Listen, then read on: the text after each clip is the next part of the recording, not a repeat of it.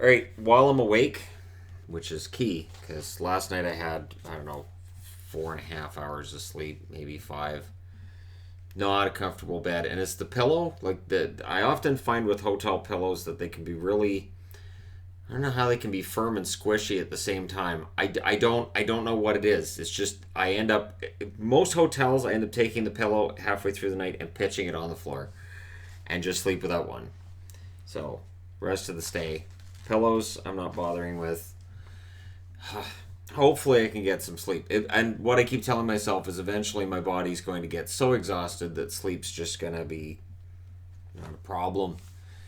Right now, yeah, kind of sort of around it. All right, so that aside, and the lack of studio lighting aside and studio sound aside, let's talk about tomorrow night's games.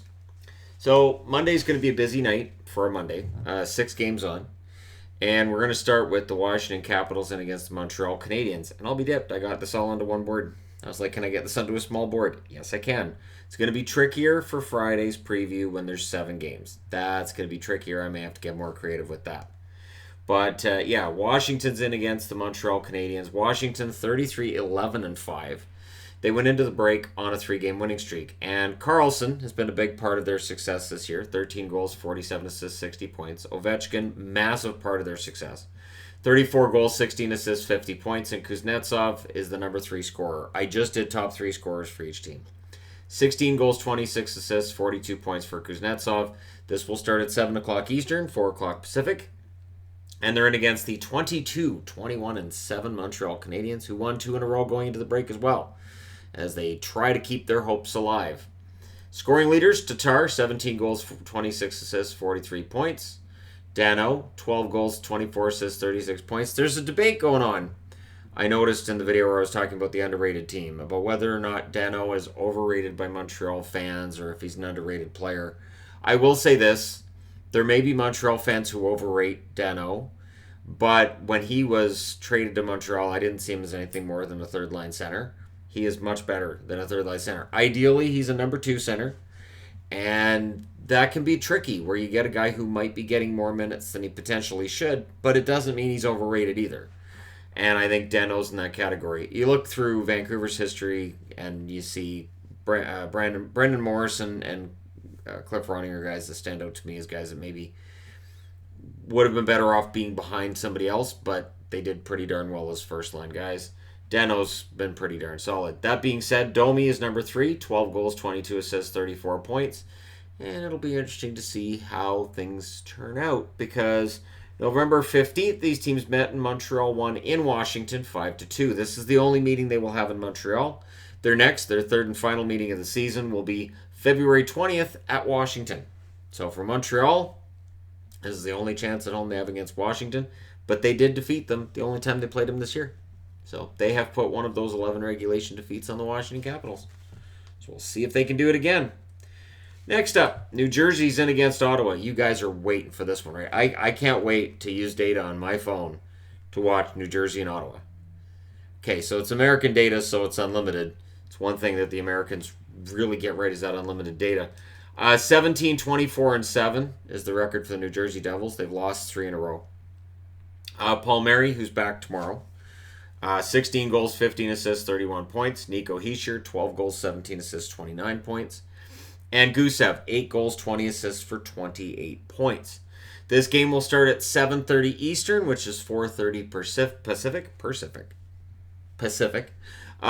Your Ottawa Senators, 17-23-8 is their record, and they won their last game going into the break. So they are capable of some victories. They're at home against New Jersey. We'll see how it goes. Duclair's their leading scorer, 21 goals, 12 assists, 33 points. Pajot, 19 goals, 12 assists, 31 points. And Connor Brown, who went into the break on a good run of his own, 10 goals, 21 assists, 31 points.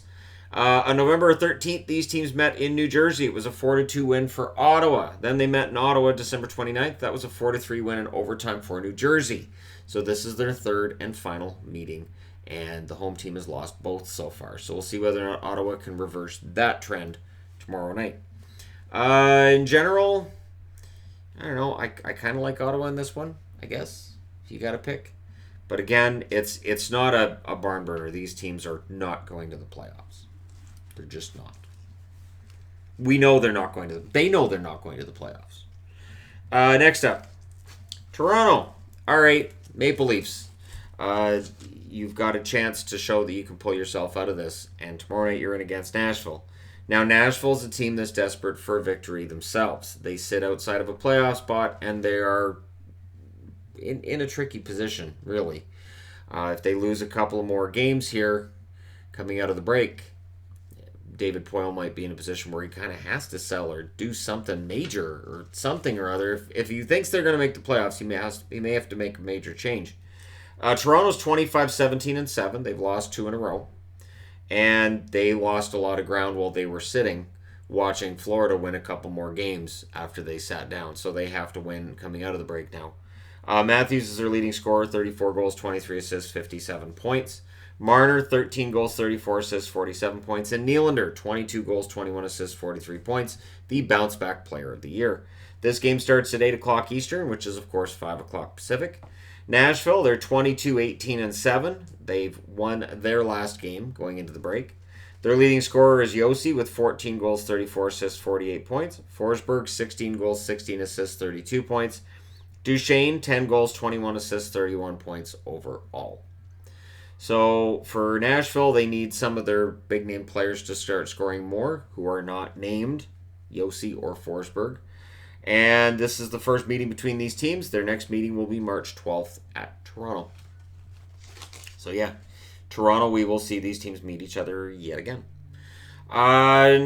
Again, if I'm leaning some way with this game, Toronto, they have to turn it around, right? They can't miss the playoffs. They have Jake Muzzin back in the lineup tomorrow night. That's got to help. They can't miss the playoffs. That just destroys, kind of, like, does that destroy the Shannon plan? Because to me, it feels like it kind of does. If this team takes a step back and misses the playoffs altogether, and then half their defense leaves as UFA, or they have to make some major moves to keep their defense together. Like, I don't know what they do, but it kind of feels like if they miss the playoffs, the Shannon plan is busted. But, yeah, they don't have a lot of games either to prove that that's not the case. All right, moving along. Tampa in against Dallas. So this is a matchup between two teams that play defense very well, and one team that plays the offensive side of the puck very well, and Dallas. Tampa Bay is 25-19-4 overall. They won their last game going into the break. And Kucherov has started to play like Nikita Kucherov. 22 goals, 32 assists, 54 points. He's still got a good chance of finishing with 100 points. It's tricky. He does have to score 46 after the All-Star break, but can he do that? Yeah, he can.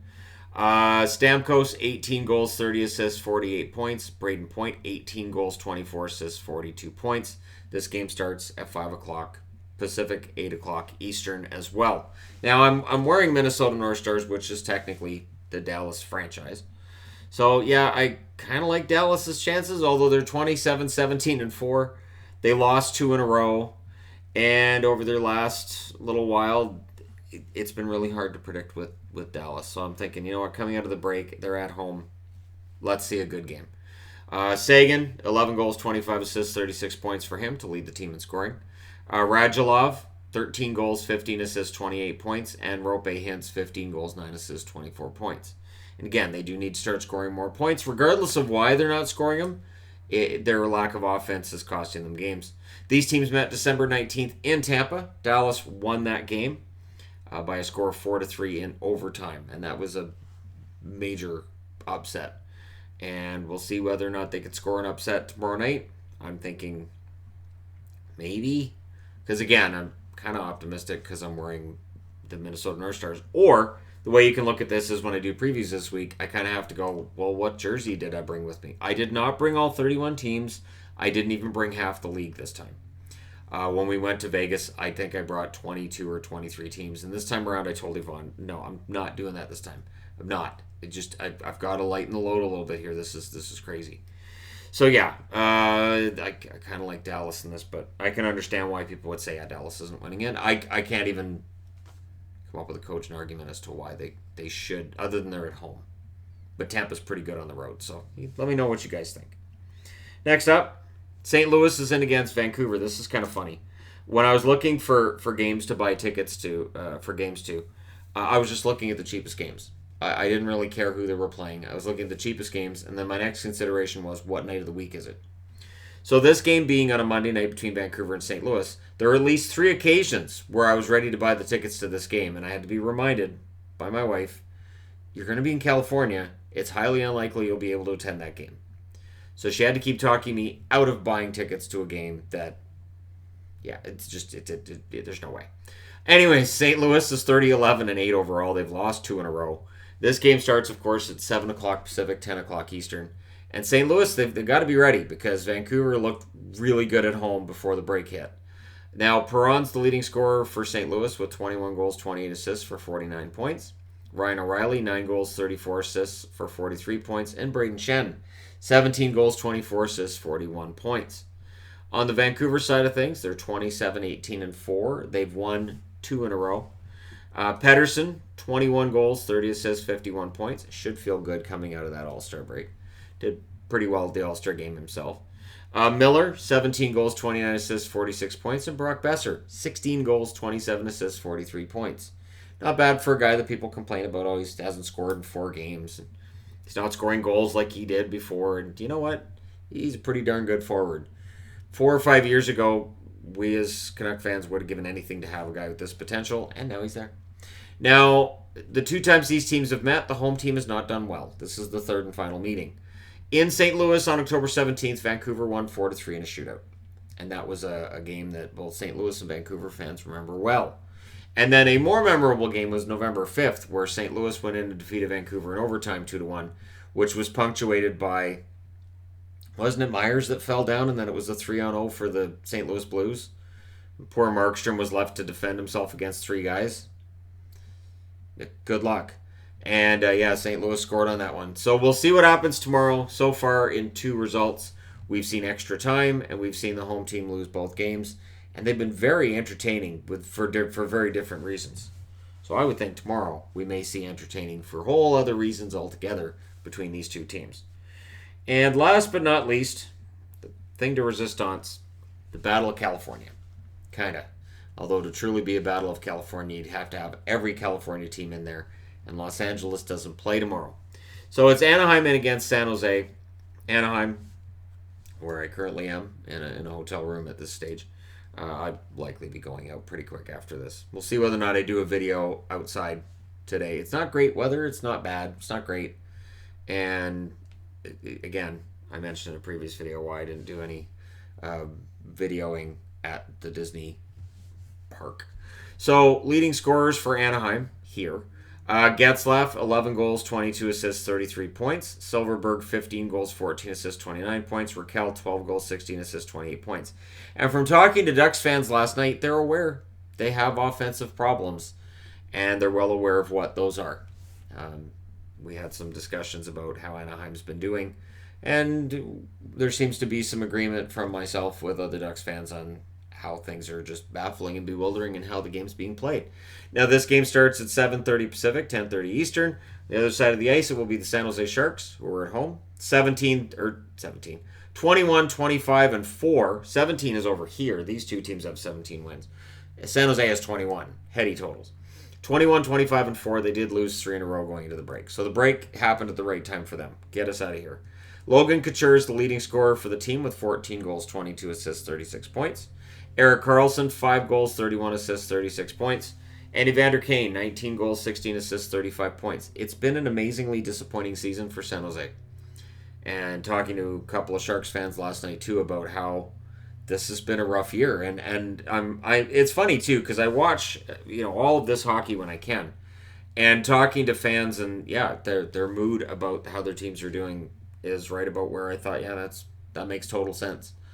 When I hear fans saying, well, I knew we were going to lose that, so I changed the channel, I go, I remember a day where I could do that before I had a channel. Now I have a channel, I can't do that anymore. So if a team I cheer for is getting slaughtered, I'm like, okay, I got to keep watching. Anyways, the last 2 times these teams met each other, the home teams lost. Anaheim on October 5th the home team won the first one. Anaheim won 3-1. November 14th, I mentioned how tired I am. I did start with that. San Jose went in and beat Anaheim. Came in here and beat Anaheim 5-3 on November 14th. So The next 2 meetings are in San Jose, starting with the one on Monday, and then they will meet again April 4th. So right at the end of the year, Anaheim and San Jose will play each other again. May very well be for lottery balls. That's all it's for. And for Ottawa fans, they'll be cheering on Anaheim tomorrow night and any team that plays San Jose from here on out, because things look pretty good for Ottawa going into the draft as a result of San Jose's huge struggles this year. All right, so there you go. You guys are set up for tomorrow's games. This should be almost the longest preview that I do while we're down here, because, of course, we have as I stated earlier, 7 games on Friday, so that review or preview will be done down here. The reviews, I have no idea. I'm still kind of going over how I'm going to do the reviews and whether or not I'm going to write notes down in my notebook here from each game and then talk to you fine people while the scores are up on the board. We'll see. I'll start figuring that out tomorrow night. Thank you guys so much for all your support. It means a lot. Don't forget to hit like and subscribe. If you're browsing your way through, you just happened upon this video. And yep, we're back playing hockey Monday night. And I'm kind of happy to see it back. Thank you guys so much for watching. I'll talk to you again soon.